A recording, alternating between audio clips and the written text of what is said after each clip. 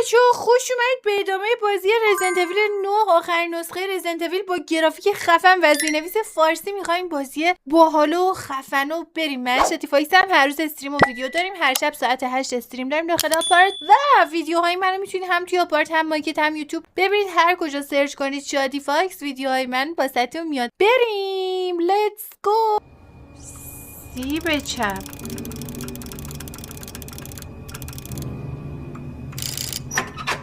ای 10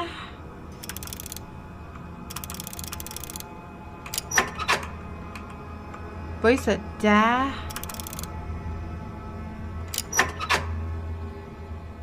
همه رو با هم بزن بعد تایید کن. اوکی علی مرسی واسه روبی. بچه از اول صبر کن. 10 به چپ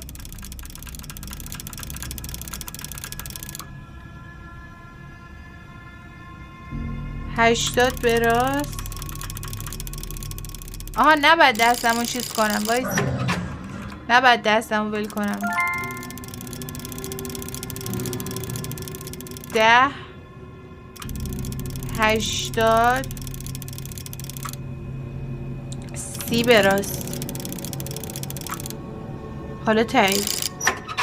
ای چجوری باز میشه؟ نه چپ باید کلید آ بگیری. آها سنسیتیویتی چطوری بردی بالا؟ من هرچی گشتم پیدا نکردم. برو توی تنظیمات راه رفتنشو بذار رو حالت دویدن. فکر کنم اونطوری باشه. بچه ها میگن به جهت دقت نکن. اول بیا رو 10